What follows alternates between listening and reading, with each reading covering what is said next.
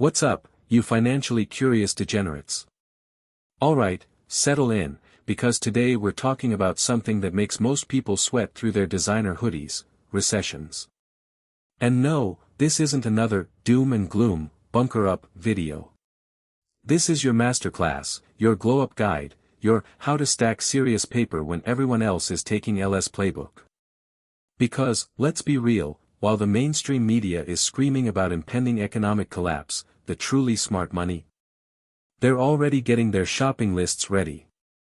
They're not panicking, they're pouncing. And by the end of this, you'll be pouncing with them. No cap. Hashtag Section 1, the recessions everyone dreads, but shouldn't, approximate, 280 words. First things first, what is a recession? Is it just when your DoorDash bill hits an all-time high and your crypto portfolio looks like a sad emoji? Kinda, but officially, it's usually defined as 2 consecutive quarters of negative GDP growth. Basically, the economy's taking a nap. The vibe check is off. And when that happens, everyone collectively loses their minds. News anchors use scary graphics, your uncle starts posting "I told you so" memes, and suddenly everyone's an economic expert warning you to pull your money out and bury it in the backyard. But here's the tea, recessions are as normal as your friend group having a main character. They are an inevitable part of the economic cycle. Think of it like the market's way of cleaning house, flushing out the overvalued, overleveraged, and just plain bad investments. Historically, they happen every 5 to 10 years. We've had dozens of them. Each one felt like the end of the world, and each one was followed by a recovery, often a strong recovery. The problem isn't the recession itself, it's how most people react. They get emotional. They listen to the noise. They sell low because fear is a hell of a drug. And that, my friends, is exactly why they lose.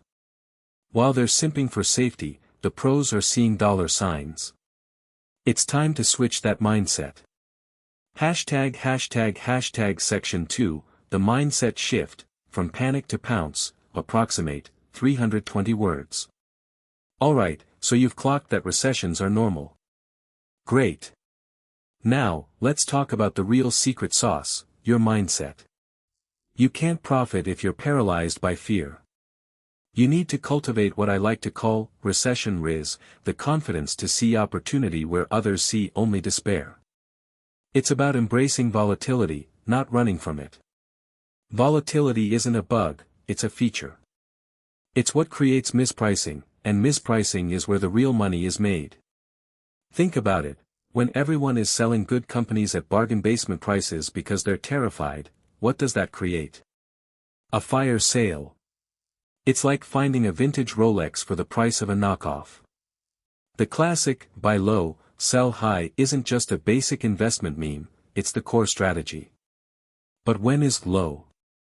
That's the million-dollar question, and frankly, nobody knows the exact bottom. Trying to time it perfectly is for suckers. The smart play is to recognize when good assets are on sale, significantly cheaper than their intrinsic value, and start accumulating. This isn't about gambling, it's about disciplined, calculated advantage taking. And to do that, you need dry powder. That's Wall Street speak for cash. Your emergency fund. Yeah, that's sacred. But beyond that, having investable cash set aside specifically for market downturns is crucial. Most people are fully invested at the peak, then have nothing left when things crash. Don't be that guy. Be the person with a fat stack of cash ready to deploy when the market gods give you that limited time offer sign. This isn't just about financial strategy, it's about mental fortitude. It's about recognizing that the dip isn't a problem, it's an invitation to elevate your portfolio. Hashtag Section 3, the playbook, strategies for the savvy investor, approximate, 450 words. Okay, so you've got your recession Rizz locked in. Your mindset is primed. Now, let's get into the actual moves. This isn't for the faint of heart, but it's how you turn economic fear into generational wealth. 1. Dollar cost averaging, DCA, on steroids ***. You've heard of DCA, right? Investing a fixed amount regularly, regardless of market fluctuations. It smooths out your average purchase price. But during a recession, you kick it into overdrive. Instead of just your usual monthly contribution, you start deploying some of that dry powder. When prices drop 20%, you invest a chunk. When they drop 30%, another chunk. You're systematically buying more shares when they're cheaper, making your average cost significantly lower. This isn't about catching the absolute bottom, it's about ensuring you buy through the bottom. It's boring, it's mechanical, and it works. 2. Targeted value investing, the OG play ***. This is where you separate the investors from the gamblers. Instead of buying whatever Reddit told you to, you're looking for fundamentally strong companies that are temporarily beaten down. Think household names, companies with solid balance sheets, competitive advantages, and a history of profitability, whose stock price has been unfairly hammered by broader market sentiment. Check their P/E ratios, their debt to equity, their free cash flow. Are they trading below their intrinsic value? These are the giants you want to scoop up for cheap. When the economy recovers, these are the companies that will lead the charge, and your investment will see a significant glow-up. 3. Distressed assets, real estate and beyond ***. This one's a bit more advanced, but crucial for understanding the bigger picture. When the economy tanks, so do some asset prices. Real estate can become a goldmine. Foreclosures, short sales, commercial properties nobody wants, these can be picked up for a fraction of their pre-recession value.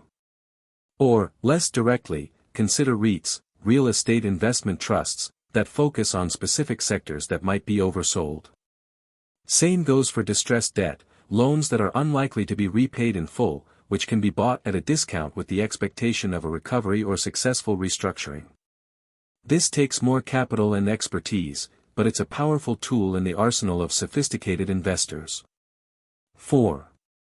Dividend stocks, your income multiplier ***. Companies that reliably pay dividends often get hit during recessions too.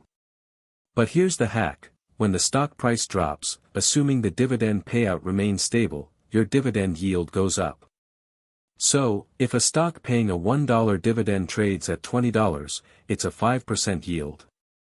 If it drops to $10, that same $1 dividend is now a 10% yield on your purchase price. Buying these companies cheap means a higher income stream and more shares acquired through dividend reinvestment. It's like getting paid more to buy something on sale, pure main character energy.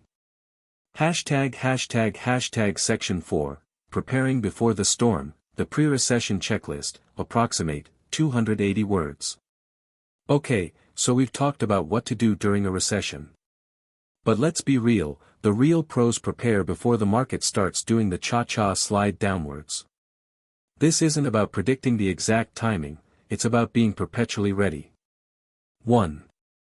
Build your emergency fund, no excuses ***. If you haven't done this, stop reading and go do it. 6 to 12 months of living expenses in an easily accessible, high-yield savings account. This isn't for investing, it's your personal financial moat. It ensures that if you lose your job, you're not forced to sell your investments at a loss just to pay rent. 2. Debt reduction is your friend ***. High-interest debt, credit card debt, personal loans, these are financial anchors. During a recession, income can become less reliable, making these even more dangerous. Pay them down aggressively now. Low-interest mortgage debt is different, but anything with bougie interest rates needs to go. Your future self will thank you. 3. Diversify. ***. Don't put all your eggs in one crypto basket. Your portfolio should be a mix of asset classes, stocks, bonds, maybe some real estate, commodities. Different assets perform differently in various economic conditions.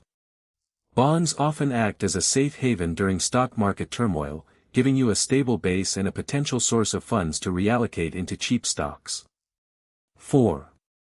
Financial literacy, your best asset ***. Seriously, invest in yourself. Learn how to read financial statements, understand economic indicators, and grasp the nuances of different investment vehicles. The more you know, the less susceptible you are to panic and misinformation. This video is a start, but keep learning. It's the ultimate hack. 5. Identify your targets ***. Have a watch list. Which companies do you dream of owning but couldn't justify at their peak prices? Research them now. Understand their business models, their financials, their competitive landscape. When the market dips, you won't be scrambling, you'll be executing your pre-planned shopping spree.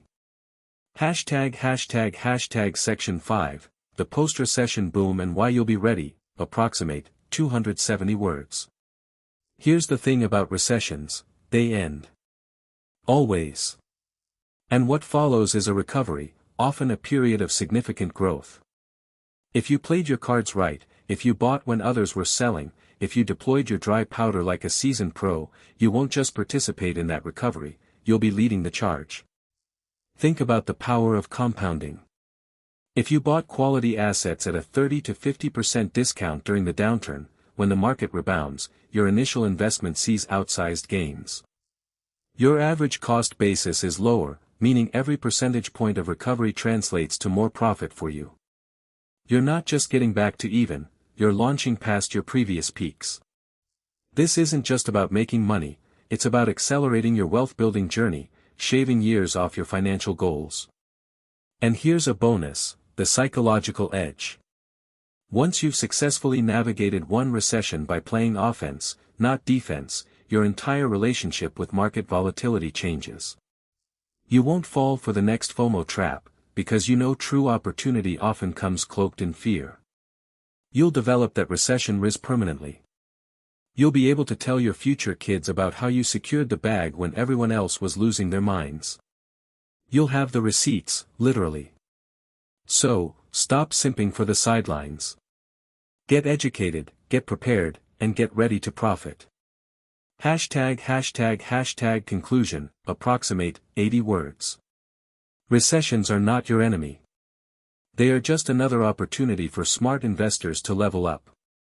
While everyone else is busy freaking out, you'll be strategically buying up assets at a discount, building serious wealth for your future self. So, ditch the panic, embrace the strategy, and let's get that financial glow up.